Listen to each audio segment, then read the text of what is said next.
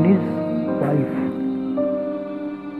एकमेकांना न भेटता तब्बल 20 वर्षापेक्षा अधिक काळ ते एकमेकांचं नवरा बायको म्हणून वावरतात. एकमेकांची सुखदुःख पत्राच्या माध्यमातून शेअर करतात. हे सारं पाहणं एक वेगळा आणि मस्त अनुभव ठरतो. त्याच्याच लांबच्या नात्यातली लाजळू संध्या हिच्याशी त्याचं लग्न ठरणार असतं. मात्र तो जापनीस बाईसाठी तिला स्पष्ट नकार देतो आणि तो सर्वांना सांगतो, माझं लग्न जापनीस मुलीशी अगोदरच झालेलं आहे. आता जापनीस मुलीशी लग्न झालं म्हणजे नेमकं काय झालेलं असतं, तर त्यानं तिला व तिनं त्याला लग्नाची रिंग पोस्टाने पाठवलेली असते आणि एकमेकांनी पोस्टाच्या माध्यमातून पत्राच्या माध्यमातून पती पत्नी राहण्याचं वचन दिलेलं असतं. त्याचं कारण सांगताना ते म्हणतात, या आर्थिक परिस्थितीमुळे आम्हा दोघांना एकमेकाच्या देशात येणे शक्य नसतं. त्यासाठी पैसे जमा करावेत असंही ते म्हणतात. पण न भेटल्यामुळे त्यांचं प्रेम कुठेही कमी झाल्याचं आपल्याला जाणवत नाही. असाच भरपूर काळ लुटतो. 15 वर्षांनी तीच संध्या विधवा अवस्थेत तिच्या 12 वर्षाच्या मुलासोबत पुन्हा त्याच्या घरात येते. तेव्हा त्याच्या मनात काहीशी चिलबिचिल होते. शेवटी माणसाला शरीरासोबत एक मनही असतं आणि मनासोबत एक शरीर असतं. शरीराच्या काही गरजा असतात, पण तो शरीरावर बऱ्यापैकी नियंत्रण ठेवण्यात यशस्वी ठरतो. जापनीज वाईफ नावाचा राहुल बोस अभिनय केलेला, अपर्णा सेन लिखित दिग्दर्शित सुंदर चित्रपट अलीकडे पाहण्यात आला. पत्राच्या माध्यमातून निर्माण झालेले तरल प्रेम आणि त्या प्रेमातून भावनिक होऊन एकमेकांचा पती पत्नी म्हणून केलेला शुकार, अशा काहीशा अव्यावहारिक वाटणाऱ्या गोष्टीतून ही कथा फुलते. बंगालमधील एका विशाल पात्र असलेल्या नदीकाठी मास्तरकी करणारा स्नेहामोए जापानच्या याकोहामा येथे राहणाऱ्या जापनीस युवती मियागी हिच्या संपर्कात पत्राच्या माध्यमातून येतो. मग एकमेकांचा हालचाल विचारता विचारता ते एकमेकांच्या जवळ कधी येतात हे त्यांनाही कळत नाही. त्यात दोघांनाही भाषेचा अडथळा असतोच. त्याची मातृभाषा बंगाली तर तिची जापनीस. परिणामी दोघांनाही संवाद साधताना इंग्रजी भाषेची डिक्शनरी घेऊन बसावं लागतं.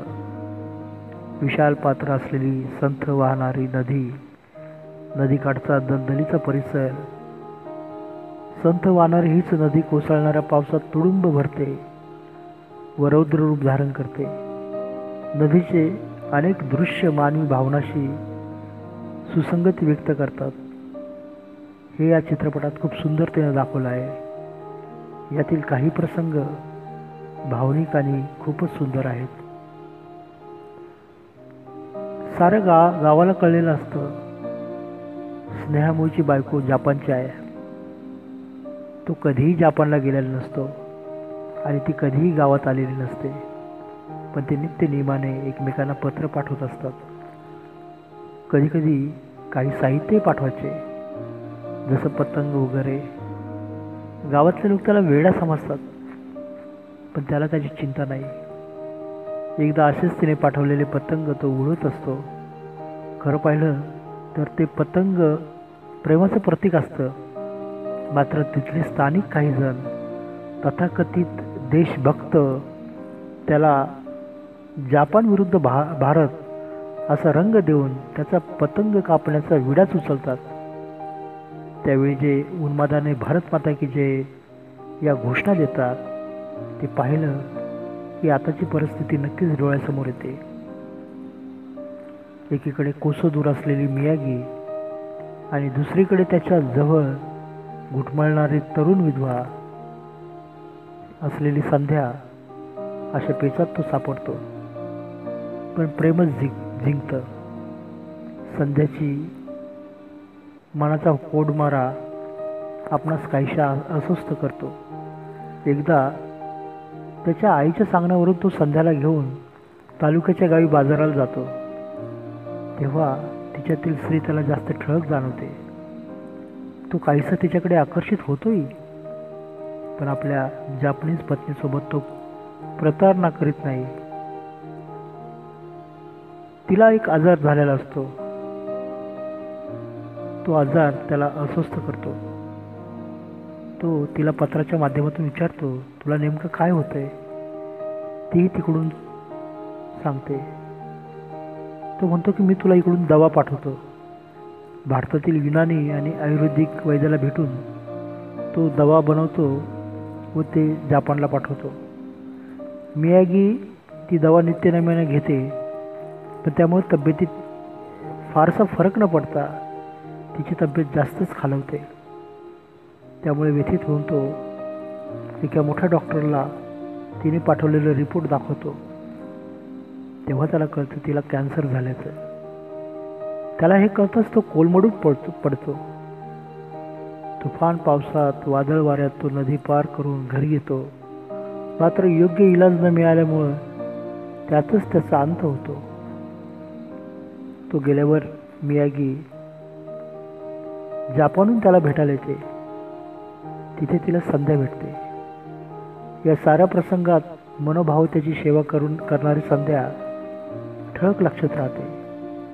या चित्रपटास तुम्ही सामाजिक व मानसशास्त्रीय दृष्टिकोनातून पाहिल्यास तुम्हाला एक वेगळेच समाधान लाभते. मियागीचे वागणे नीतिमत्तेच्या पातळीवर खूप उंच वाटते. एकदा एखाद्याला आपला पती मानल्यावर शेवटपर्यंत ती त्याची पत्नी म्हणून जगते, तर दुसरीकडे आपला हा भारतातला मास्तर खूप नीतिमान वाटतो. पण कधीतरी असा विचार आपल्या मनात येतो, त्याने संध्याला न्याय द्यायला हवा होता, म्हणजे सगळं चांगलं झालं असतं. असो, तो चित्रपट आहे आणि तो अधिकार लेखकाला असतो. त्याला जे वाटतं ते चित्रपटात घडतं. पण एवढं मात्र नक्की, इथे एक चांगला चित्रपट पाहिल्याचं समाधान आपल्याला मिळतं. तेव्हा तुम्ही हा चित्रपट एकदा बघाच.